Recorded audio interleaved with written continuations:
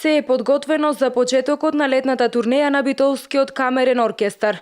Првиот концерт под наслов Рок симфонија ќе се одржи вечерва со почеток во 21 часот на ракометното игралиште во Битола, а потоа следуваат концерти во неколку македонски градови. На концертот покрај хорот и оркестарот ќе настапат солистите Михајло Трајковски, Жарко Јакимовски и Петар Христов со познати музички numeri, а имајќи ја предвид големата заинтересираност на минатите концерти, организаторите и овој пат очекуваат голема посетеност. За наша среќа и среќа на слушателите наидовме на голем интерес.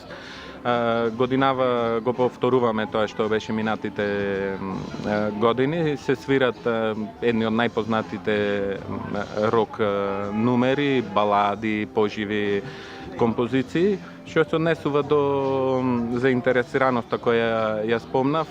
Планираме, тоест да денес вечерва ќе се случува во ракометното игралиште во Битола, бидејќи минатата година, последниот пат кога го имавме Рок симфони, наидовме на еден во наводници проблем, имаше толку голема заинтересираност, голем број од луѓето седеа пред големата сала на Центарот за култура.